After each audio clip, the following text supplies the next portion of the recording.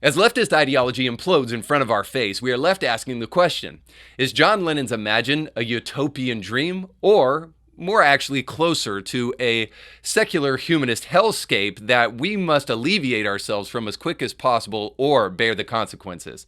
We'll talk about that and more today on Indie Thinker.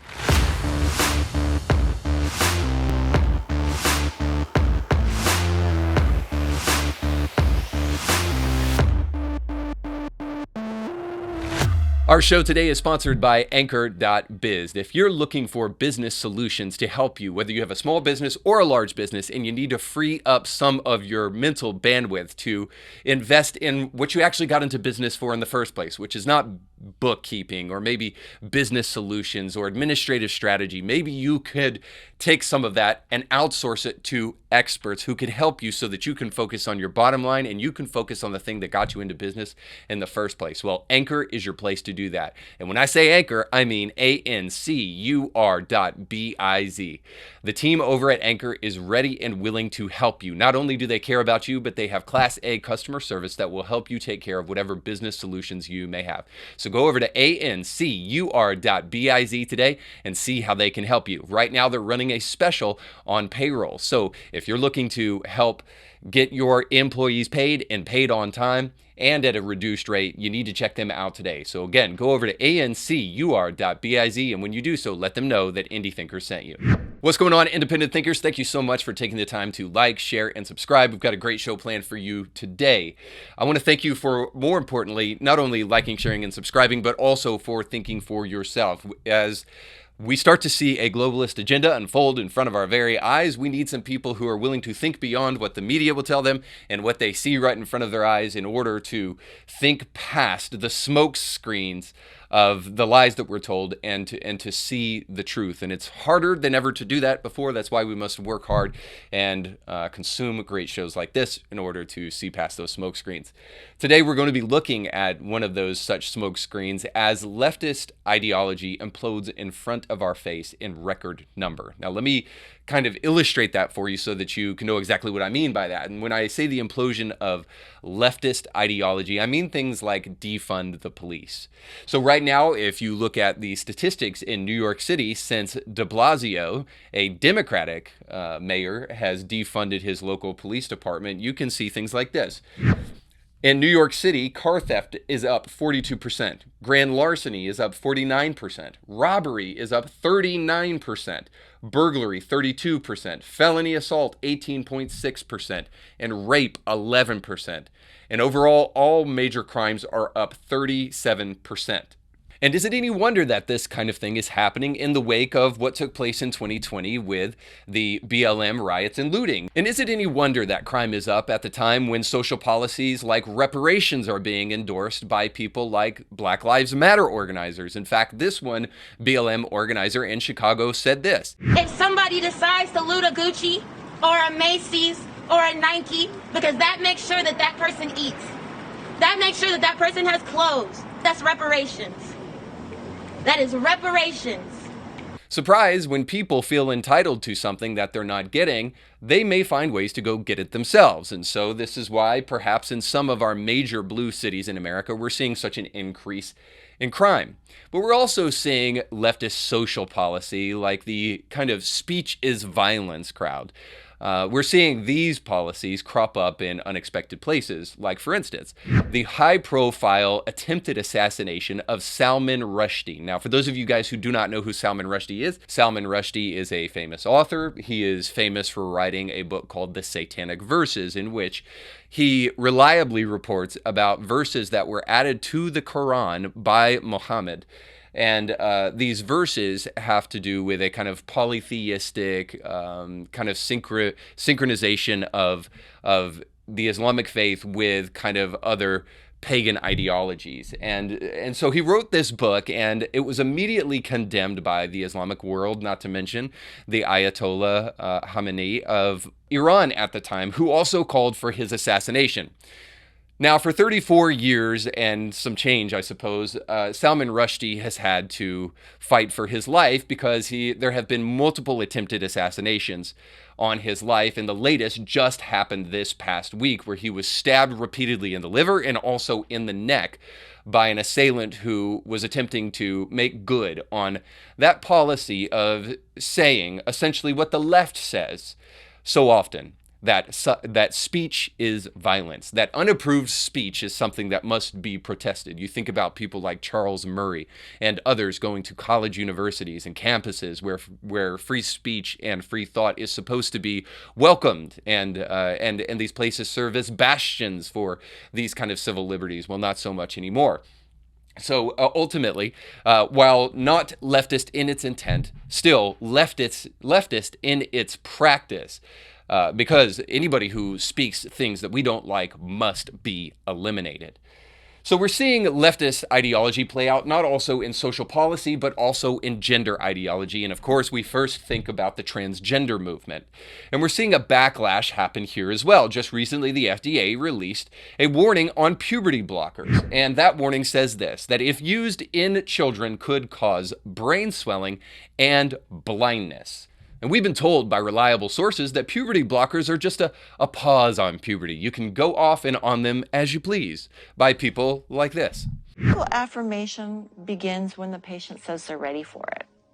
So that could be a kiddo who is just starting puberty and panicking because they're getting breast buds or their penis is getting bigger and busier, and they're worried about all kinds of masculine changes. And that way, puberty blockers, which are completely reversible and don't have permanent effects, are wonderful because we can put that pause on puberty.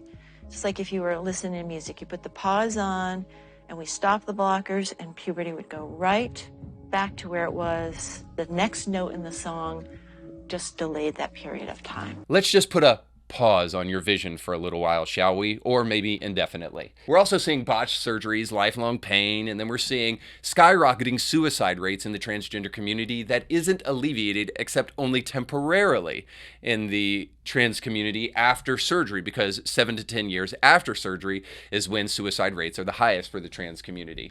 So as you can see, we're seeing leftist ideology implode in our faces, whether that comes in the form of the Black Lives Matter movement, or it comes in the form of the LGBTQIA plus ad infinitum movement, or it comes in the form of social green policies at a time where people are hemorrhaging because of inflation and economic instability, and we need to shore that part of our society up, but we're signing bills that will only cripple us economically further. Or it comes in the form of policies that decrease the population of the United States and other nations at a time when population is decreasing. And the only question that I have in the midst of all of that is, what will wake us up? What will finally be the straw that breaks the camel's back before we finally realize that we need to do something about this? Now, perhaps I need to stop for a moment and define my terms, as we always should. Now, this is always a dangerous practice because at the moment I define my terms, those who are dishonest and don't like to firmly root themselves in the truth, again, people on the left, they will say, oh, now you're incorrectly defining, and then they won't tell you how, or they won't correctly define what they believe themselves. They will simply try to define their way out of what they actually believe. And so at the expense of dishonest people, what I will say is that when I say leftist ideology, what I and frankly others mean is we mean this. We mean an ideology that is rooted in postmodernism and neo-Marxism. We mean postmodernism in that it does not believe in objective truth, or at least what it believes is that there is no meta-narrative for life, no overarching narrative. There is only our personal experiences and our feelings and our tribe, and that's just about as much as we can make of the world. But there certainly isn't time-tested truths that we should apply to our life and consent to that are universally true for all of humanity. Again, there is only my experience, which is the highest authority, and your experience. So when you hear the words my truth and your truth, what you're hearing is a primer in postmodernism. And then, of course, I also mean neo-Marxist. And by neo-Marxist, I mean the people who wish to see everything through the lens of power dynamics. And as a result of that, they view everything through the lens of identity politics, not through the lens of objective rational truth. And so when I say leftist ideology, I mean the kind of people who prefer identity politics over reason, and the people who prefer personal experience rather than time-tested wisdom. So these are the kind of people that we saw very often in the 60s. And quite frankly, these people who existed in the hippie movement are now those who are educating and fueling the next generation in the academy. We'll talk about perhaps how the hippie movement turned into the yuppie movement here in a moment, but it's undeniable that the hippie movement has made a major impact on the way in which we view society. And this is most profoundly recorded in a person who is well known as a kind of a voice of the time, a recorder of the time, and this is Joan Didion. She wrote an essay called Slouching Toward Bethlehem, and I would encourage all of you to read it. It's rather long for an essay, I suppose, but it's not that long. It's very short. And in Slouching Toward Bethlehem, Joan Didion recounts essentially and comprises for her audience the zeitgeist, the time of the 60s and what caused its demise. And in Slouching Toward Bethlehem, you should know that it's the height of the sexual revolution. The second wave feminist movement is in its prime, and free love and drugs are the name of the game, the social philosophy of the age. Along comes Joan Didion, who paints the accurate picture of the repercussions of the ideology of the hippie movement. And the repercussions of that movement were this: rampant homelessness, drug abuse, overdoses, and death, not to mention child abuse and rape. In Slouching Toward Bethlehem, she writes of meeting a young couple who has a 5-year-old daughter. She sees the 5-year-old daughter and is curious at the way she's acting. The 5-year-old is licking her lips and smacking constantly, and she didn't think too much of it until she saw that the child had white lipstick on her lips. And she noticed then that the child was high on acid, and that acid had been rubbed all around her mouth, and that she was licking that acid feverishly in her drug-induced haze. It was a shocking picture of what is actually going on as a result of the ideas and the movement of the 60s. Joan Didion will then go on to talk about what actually ended the era of the 60s and ultimately would be the death of the hippie movement. And that happened with the Manson Murders. The Manson Murders were this moment where the surreal ideology of the hippie movement and all of the claims that it liked to try to make about free love and you do you and to thine own self be true and you don't have to obey any kind of moral code, you create what's right to you, man. That surrealism was shocked into reality at the moment this Manson cult murdered some pretty high-profile people. Now, it's sad that it took high-profile people dying for people to actually kind of wake up to the natural repercussions of the hippie movement. But it was a shocking moment in which we finally said, enough is enough, and we better change our ways. Now, this gave way to the yuppie movement, where these hippies then eventually realized that they had to go out and get jobs and adopt normal lives and kind of finally, slowly but surely, get back into normal society. And so a brief glance at history shows us really clearly that John Lennon's Imagine is not just only a stupid song, but also a deadly song for each and every one of us. We think about this: no borders, no heaven, no religion, and the necessary evil of war. Whether we like it or not, when people like Hitler come on the scene, war is necessary. So as we can see, the ideas presented in John Lennon's Imagine were totally debunked by the repercussions of the hippie movement and the things that we saw at that point in time. They didn't last then, and there's a good reason, because they're totally morally, spiritually, and intellectually bankrupt. We're seeing this all over again in our present age as we try to recreate the past as though we'll get different results. We're seeing, as we move further and further away from the ideas of religion and our society becomes more and more secular, that we are less decent, we are less moral, and we are less rational. And our major cities in America are paying the price for it. Now, while I'll easily call John Lennon's Imagine a secular humanist anthem, John Lennon himself called it this: virtually the Communist Manifesto in song form. And now, even though it failed in the 60s and in the 70s, the hippie movement still lives on in our old, ancient, brittle political class. as we see people like Schumer and Nancy Pelosi and Joe Biden, who are byproducts of the 60s and the 70s, try to implement their social leftist ideology into the mainstream.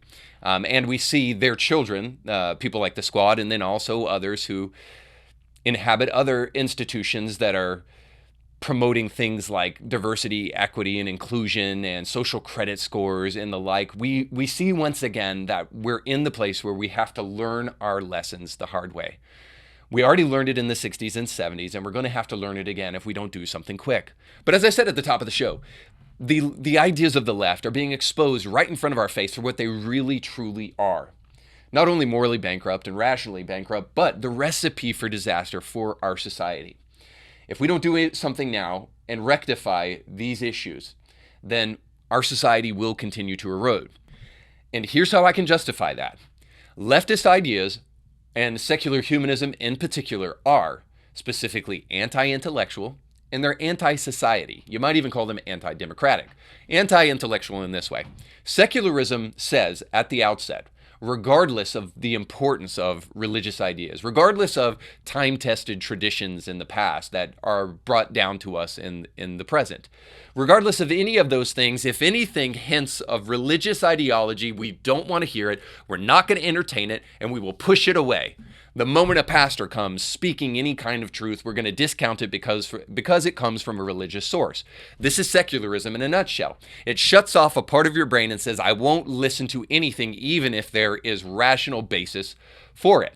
For so long, the new atheists have kind of just said this. They've said, faith is belief in the absence of evidence. Well, I have some news for you. Secular humanists and people like the new atheists have a belief too. And their belief is regardless of the evidence. It's not because there is an absence of evidence. It's because they refuse to hear the evidence from religious people and religious thinkers and how it might actually impact and help us in our present age. And therefore, it is an anti-intellectual doctrine that must be resisted at all cost. And then it is anti-society, because at the end of the day, I defy you to come up with another source of moral certitude to build a society upon. A society must be built upon some kind of moral understanding. And maybe you would call it some kind of religious understanding then. And stereotypically, we know this. Religion has been responsible for creating a sense of moral sensibility in a society. Now, you have to have that for a society to hold together. So, where are you going to get that from? Are you going to get that from secular humanism, or is the most rational and best place for that to come from the Judeo-Christian ethic, the thing that built our society and is a foundational and fundamental aspect of our society, and has been proven as a result of the American experiment to actually create a sense of prosperity, a sense of wealth, a sense of well-being, and a social contract that, if not balled up and thrown away, can actually be a good thing. So for that reason, the leftist utopia, the secular humanism of our age, is a recipe for disaster. Listen, our society is something that won't last. By definition, Stein's tautology says this: if something cannot last, it will not last. It's a tautology because he's saying it cannot last, so it's never going to last. And so that's the point. Is we know something is going to spell the death of America. And then if that's true, if ultimately we know America won't be around forever, it is the way of the world. History tells this story that empires and kingdoms and nations and governments, they come and they go. We have to ask ourselves the question this: if America is not some eternal promise that will always rest assured in the hearts of the people who are its citizens, what will be the thing that spells the death of America? And it will certainly be the kind of thinking that we're watching right now unfold in front of our face. Secularism in the guise of neo-Marxism or postmodernism or any kind of woke ideology in any form that it comes in right now is the one thing that will spell the demise of our society if we don't get it right. But perhaps this is the point at the end of the day. The globalist class, the elitist class, those who wish to have power and believe that they are the best fit for that power, maybe they want society to totally be unnerved. Maybe they are truly Marxist down deep in their hearts, and they believe that the only way for the Marxist revolution to proceed is with the destruction of all existing conditions. Maybe they're Faustian, just like Marx was, and they believe that everything deserves to die. And maybe that's what they're really after at the end of the day, because more crime, more pain, more difficulty, more suffering means you need a relief from that suffering. And when they constantly point to themselves as the relief, it means more power for them. In other words, more crime means more politicians and more policies. Could be what they're after at the end of the day. But because I believe these ideas are exploding in front of our face, just like it did in Joan Didion's time, something will wake us up. Something has to wake us up. If it's not Rushdie's assassination, if it's not the skyrocketing crime rates in our major cities in America, it will be something. I just hope it's not something as drastic as the Manson murders. But I believe for better than that. I believe there's a group of people in society, large swaths of Americans, who are sick and tired of the policies of the left, who are sick and tired of the manipulation of the left, who no longer want to be lied to, and they're willing to break away from whatever party they were a part of, whatever ideology they were a part of, and willing to see what is going on right in front of our face and do something about it before it's too late. I believe that there are independent thinkers out there, in other words, who are willing to think past the echo chamber that you may presently be a part of. And I certainly hope some of those people are in churches. I hope the church has separated itself enough from the woke ideology of our day and the leftist principles of our day so that when the left fully implodes and they're exposed for who they are, when people flock away from their institutions and their practices and get away from the organizations and the corporations who want diversity, equity, and inclusion at the expense of real jobs and real productivity, when they finally flee those organizations, I hope the church will be there as a beacon of light, as a bastion of protection from the ills and the woes of leftist ideology. I hope there will be bold pastors with backbones who say enough is enough, and we will not give in to your weaponized empathy. We will not give in to your radical subjectivity. We will not give in to a replacement theology where you wish to replace things like original sin and the Imago Dei with leftist ideas. We will not allow you to pollute the truth of God's holy word, and we're going to take a stand so that you will know the church is a bastion from these kind of destructive ideas. Should we have the courage to separate ourselves from the popular ideas of the left and stand upon time-tested wisdom, I know that the church will be the beacon that it was always intended to be. And I believe that as you flee that same ideology and that same tendency, and do not fall for the extortion that is out there right now being brought upon by the left because they're hanging on to their last vestiges of power before it all gets stripped away from them. As you run away from that, I believe that there will be better for you. And just remember, small tremors create great earthquakes. And it looks like we're in need of some independent thinkers to create some small tremors. And for those of you who are willing to do so, I wish you God's best. Guys, thanks so much for watching. Don't forget to comment below if this was helpful to you. And don't forget to like, share, and subscribe. We'll catch you next time. You can catch brand new episodes of Indie Thinker with Reed Huberman every Monday and weekly bonus episodes to keep you thinking throughout the week. But you have to subscribe and click the bell to be notified when new episodes drop. If you enjoy this content, make sure to like this video and share it with friends.